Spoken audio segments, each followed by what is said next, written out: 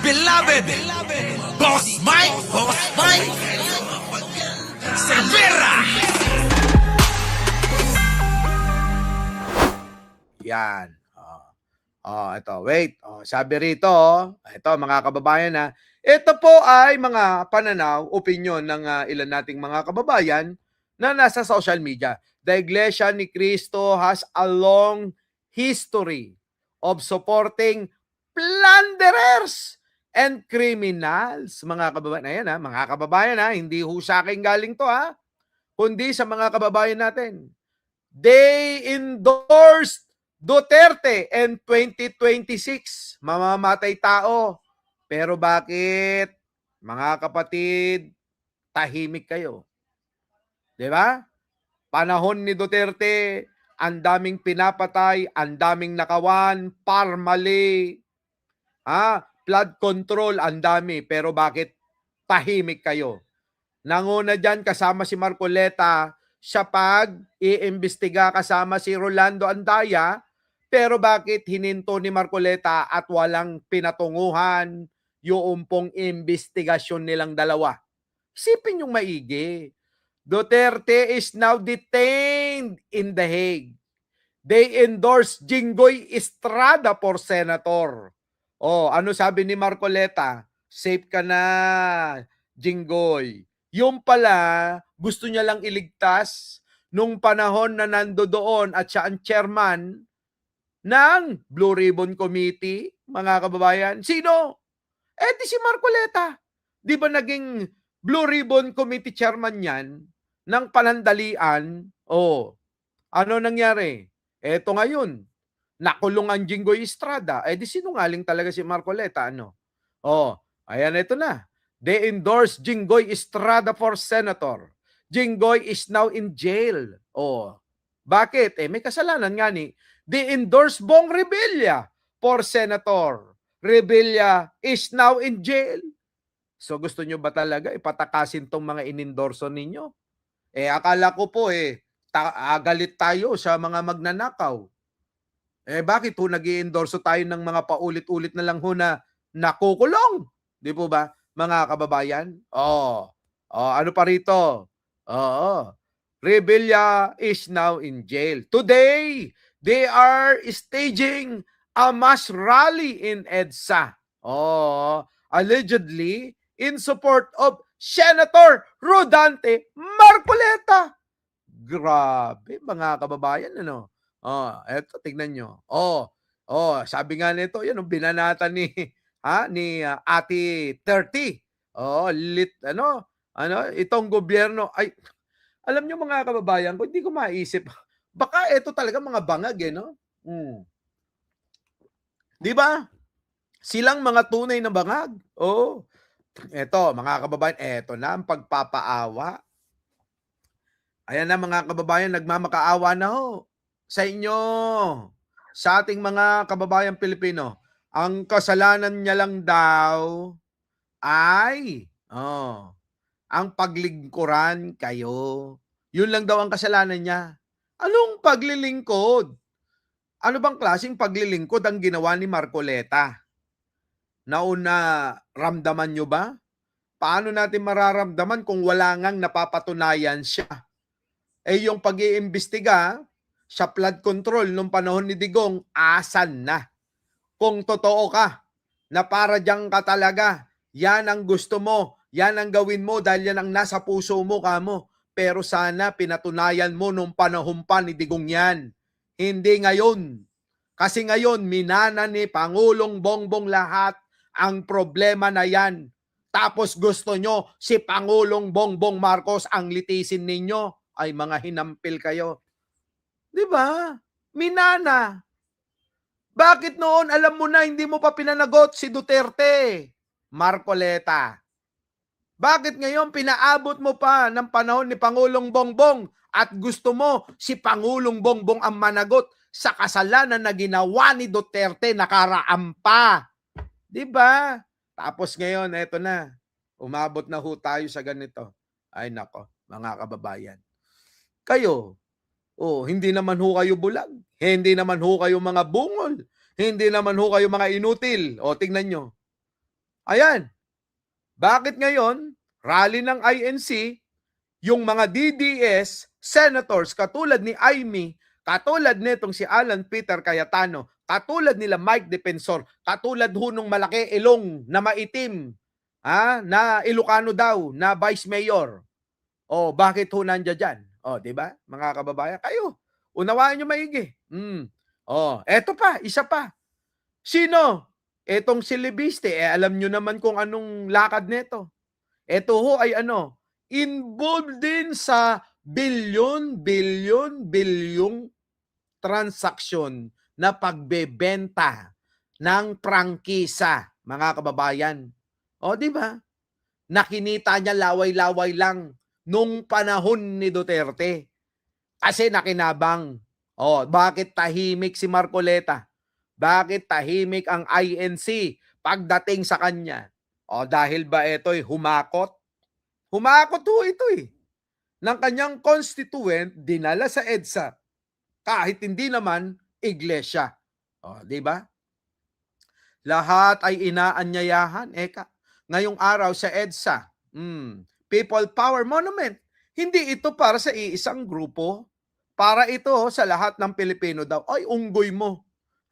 Unggoy mo. Kita nyo mga kababayan, Yan ang sinasabi natin na mga katarantaduan. Ito pa. Isa pang bobo at tatanga-tanga. Nakakatakot. Nakasuhan. Nakakatakot na. Kakasuhan na si Senator Marcoleta, Mike Defensor. At iba pa. Siguradong papalag ang INC. Kawawa Pinas. Gulo na naman. O, kita nyo. Tingnan nyo mga kababayan, pati pala si Mike Defensor, sinasabi ni Jamie Bondok, ay ipagtatanggol ng INC. Eto ho yung kinakasuhan na nagbebenta ng pokengkeng. Eto si Mike Defensor, ang di umano ay may kaso sa NBI, kinasuhan ng NBI na nagbebenta ng puday. Anak ng pating naman yan, kung ganun pala, na kayo'y kakampi kay Mike Defensor na nagbebenta daw, di umano, ng pokengkeng, ng puday, ng mani, ng kerot, ng pepe, iligtas nyo na rin si Kibuloy. Walang pagkakaiba yan kay Kibuloy. Di po ba mga kababayan? Walang pagkakaiba kay Kibuloy. Ligtas nyo na rin si Kibuloy. Tama, mali. Nako, mga kababayan. Nako. Eto. Meron pa ba? Yan, mga kababayan. Sabi rito sa caption, ito yung mga nakuha lang natin, bumoto ng korap tapos nagrarally. Ano yan? Naghalal kayo ng isang korap na ngayon ay nagkakaso nga si Marcoleta. Tapos ngayon, nagrarally kayo para sa kanya. Anong klase yan? Hindi ko magets yan, mga kababayan. Di ba? Ano masasabi nyo dyan, mga kababayan ko? Maliwanag ho yan. Kaya ho, ngayon kahapon, nagsabi, etong si Attorney Dino, pakinggan ho natin ito, napaka mahalaga ho netong malaman ninyo. Bago natin puntahan si Pangulo. Ang mga politiko, takot. Ayan, mga kababayan, pakinggan nyo. Takot ba ang mga politiko? Takot ba ang gobyerno? Takot ba ang ating lipunan sa Iglesia ni Cristo? Is it because of the fact that they have block voting? And is it because they are muscle flexing na yung block voting nila may be a determinant sa mga local elections, di ba? At sa mga, even sa national elections? Or are we overstating their influence? Regardless, I think no religion, no group should hold the state hostage and the society hostage just because their whims and caprice are not being heeded to. Tingnan nyo mga bobo, tanga. Ito. Bobo, tanga, mangmang. Sabi niya, bro, lumabas ka na lang dyan. Kung matapang ka, bobo, tanga, mangmang. Yung utak mo, nasa puwet mo. Bobo, tanga. By the decision makers of society who are just mga tatanga-tangang mga katwiran. Ano bang kinain mo nung bata ka? Tubig, kape. O yung tubig ka na lang sinipsip mong hayop ka. Kaya ka ganyan mag-isip, ano? Tatanga-tanga.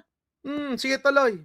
merely implementing what the law says, no? So takot ba tayo sa Iglesia ni Cristo? Takot ba tayo pag nagtantrum sila? Takot ba tayo na baka kung sakasakali mga politiko natin ayaw silang i-call out because baka matalo sila sa election, hindi sila endorso? Lagi na lang ba every single time na pag may election tayo, magmamanikluhod tayo, hahalik tayo sa mga kamay nila at sisiguraduhin na makuha natin ang endorsement nila? At totoo ba yung mga akusasyon na ang hinihingi nila, let's say for example, mga positions sa gobyerno, at kung hindi, hindi tayo bobotohin, hindi sila bobotohin? Yan naman yung mga lagi natin kino-confront, di ba?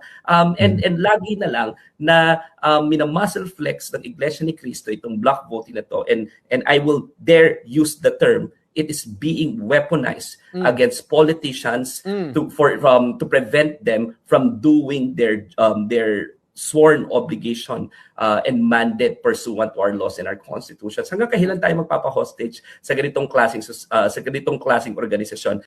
Kasi ganito 'yon, attorney, ano. Kasi 'yun yung kanilang yung tuntunin, di po ba? Tuntunin kasi ng INC 'yun, Wala tayong magagawa doon, mga kababayan. Sa kanila 'yun, Di ba nagkakaisa sila ron, ngayon, kung yan nagagamit sa isang pabor dahil nalalatag, unawain nyo maigi, mga kababayan, huwag nyo akong mamaliin, ha? O kung tingin nyo mali yung aking sinasabi, i-comment nyo lang dyan. Nagagamit ang organisasyon o ang isang relihiyon bilang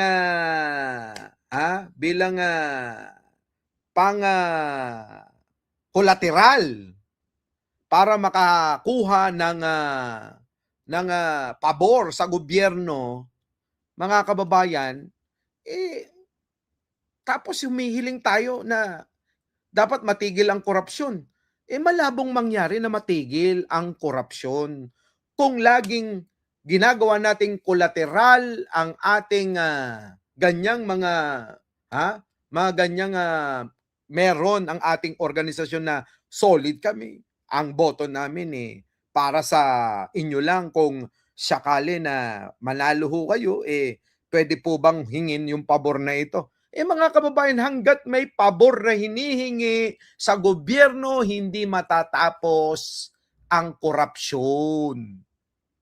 Korupsyon pa rin yun. Tapos, hihingi tayo, sasabihin natin, anti-corruption kami.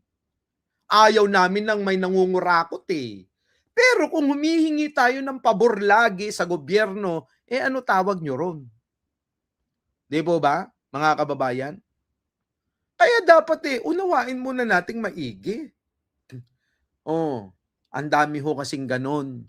Hindi ko naman tinutukoy lang ang alone, yung Iglesia ni Cristo. Marami hong ganyan, Di ba? Ang daming ganyang mga estilo. Meron kaming ganito, pwede namin tong i-collateral sa iyo.